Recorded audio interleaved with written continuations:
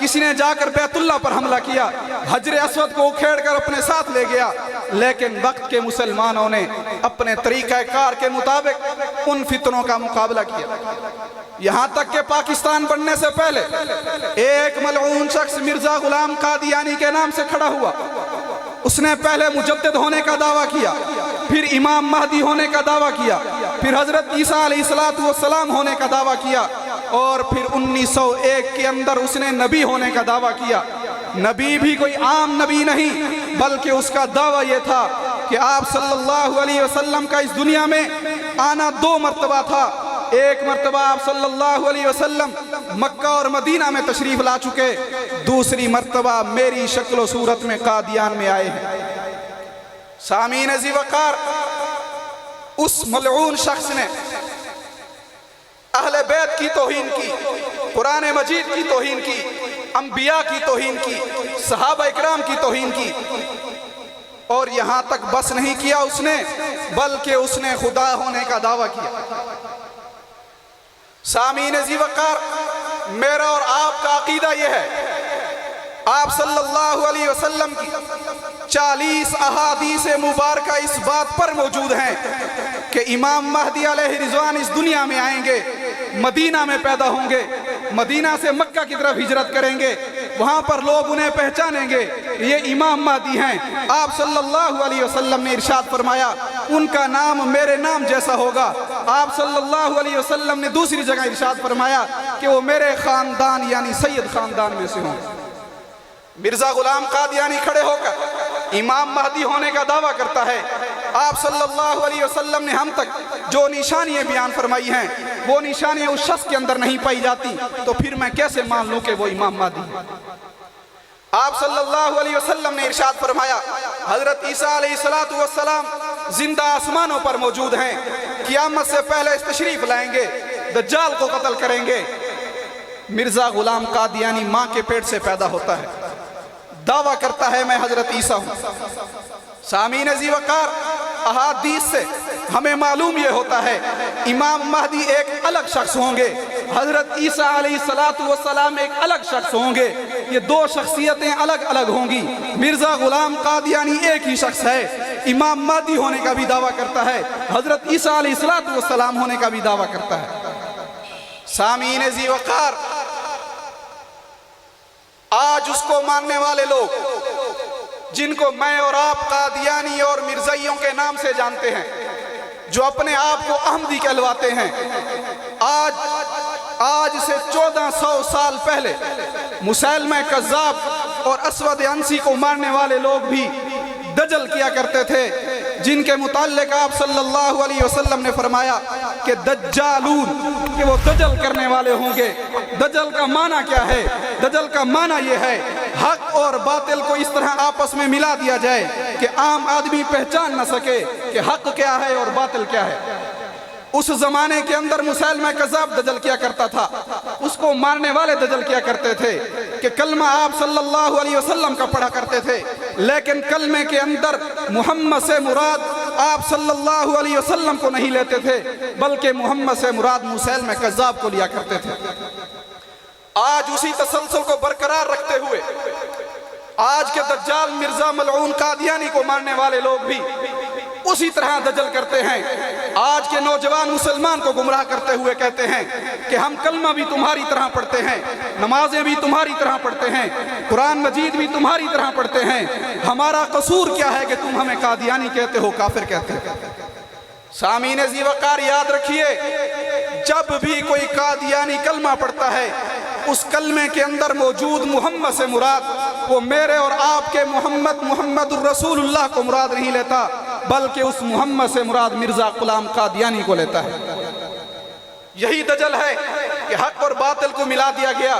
عام آدمی کو کہا جاتا ہے ہم سب کچھ تمہاری طرح کرتے ہیں، پھر تم ہمیں کافر کیوں کہتے ہو؟ یاد رکھیے، آپ صلی اللہ علیہ وسلم نے اپنی امت کو باخبر کیا کہ ان النبوۃ والرسالۃ قد انقطعت فلا رسول بعدی ولا نبی، کہ نبوت اور رسالت کا سلسلہ مجھ پر منقطع ہو چکا، میرے بعد کوئی نبی اور رسول نہیں۔ آج مرزا غلام قادیانی کو نبی کہتے ہیں، باطنی طور پر نبی مانتے ہیں. آپ ان سے پوچھیں آپ مرزا غلام قادیانی کو کیا کہتے ہیں. وہ کبھی نہیں کہے گا شرعام کہ میں اسے نبی کہتا ہوں، بلکہ وہ کہے گا میں اسے امام مہدی کہتا ہوں، میں اسے مسیح مانتا ہوں، لیکن حقیقت کے اندر وہ اسے نبی مانتے ہیں. سامعین ذی وقار، آخری بات عرض کروں گا کہ آج کا قادیانی انجینئر ہو، ڈاکٹر ہو، پروفیسر ہو، ماسٹر ہو، جہاں بھی جاتا ہے سب سے پہلے اپنی قادیانیت کی تبلیغ کرتا ہے. عام نوجوان نسل کو گمراہ کر رہا ہے. اور ہم آپ صلی اللہ علیہ وسلم کے سچے امتی، سچے نبی کو ماننے والے، ہماری حالت یہ ہے کہ آج کے 20 سال کے نوجوان کو، 25 سال کے نوجوان کو نہیں پتا کہ عقیدہ حیات عیسیٰ علیہ السلام کیا ہے، عقیدہ ختم نبوت کیا ہے، امام مہدی علیہ رضوان کون ہے، بالکل نہیں جانتے. اور مرزائیوں کا 3 سال کا بچہ جو ابھی بولنا شروع ہوا ہے وہ جانتا ہے کہ ہمارے عقائد کیا ہیں، ہمارے نزدیک مرزا غلام قادیانی کی کیا حیثیت ہے. سامعین ذی وقار، دست بستہ گزارش یہ ہے کہ آپ صلی اللہ علیہ وسلم نے ہمارے لیے، اس امت کے لیے ساری رات کھڑے ہو کر مغفرت کی دعائیں کی ہیں. میرے اور آپ کے پیارے نبی محمد الرسول اللہ صلی اللہ علیہ وسلم نے اپنی اس امت کے لیے پتھر کھائے ہیں، تکلیفیں برداشت کی ہیں، لیکن آج اس نبی کے ماننے والے لوگوں کی حالت یہ ہے کہ اپنے نبی سے بالکل ناآشنا ہو چکے ہیں. آپ حضرات سے گزارش یہ ہے، اپنی نوجوان نسل تک ان بنیادی عقائد کی تعلیم کو پہنچائیے.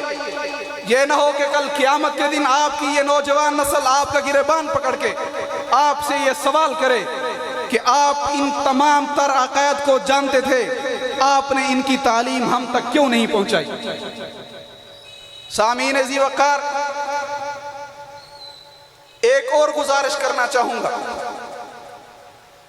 میں اور آپ مسلمان ہیں. قادیانی آپ صلی اللہ علیہ وسلم کے مقابلے میں ایک اور شخص کو نبی مانتے ہیں. انہوں نے اپنی کچھ کمپنیاں بنائی، ان کمپنیوں کے ذریعے وہ اپنی جماعت کو چلا رہے ہیں.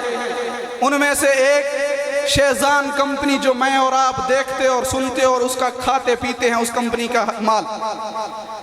گزارش یہ ہے آپ سے کہ اس کمپنی کی جو آپ چیزیں استعمال کرتے ہیں اس میں سے نفع ان کی جماعت کو جاتا ہے.